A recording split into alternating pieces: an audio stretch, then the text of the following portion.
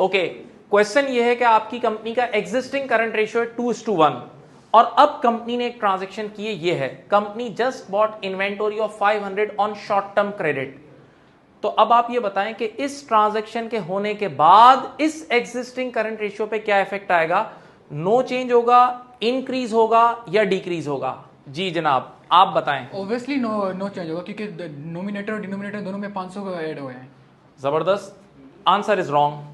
अब बच्चा कहता है यार सर न्यूमरेटर और डिनोमिनेटर दोनों में 500 ऐड हो रहा है तो फिर गलती नो चेंज होना चाहिए। मैंने कहा इसका बहुत आसान सा प्यारा सा जवाब है, वो क्या है कि हम डमी फिगर से सॉल्व करते हैं।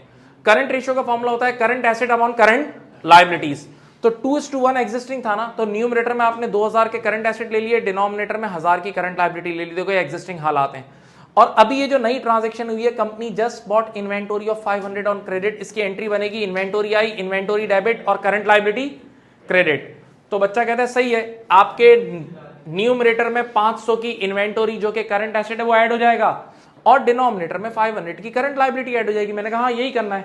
चले हम आंसर निकालते हैं। ये ऊपर आ गया 2500, नीचे आ गया 1500। जरा आंसर अगर आप निकालेंगे ना, ये आएगा 1.67:1।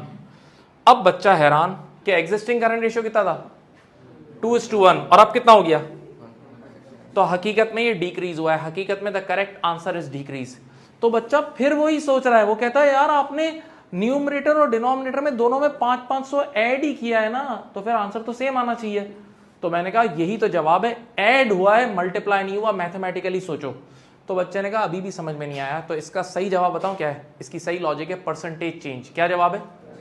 जरा यहां देखें, आपके डिनोमिनेटर में ऑलरेडी 1000 था, 1000 में आप 500 ऐड कर रहे हो, तो 500 1000 का होता है 50%, तो डिनोमिनेटर आपका 50% से ऊपर गया है।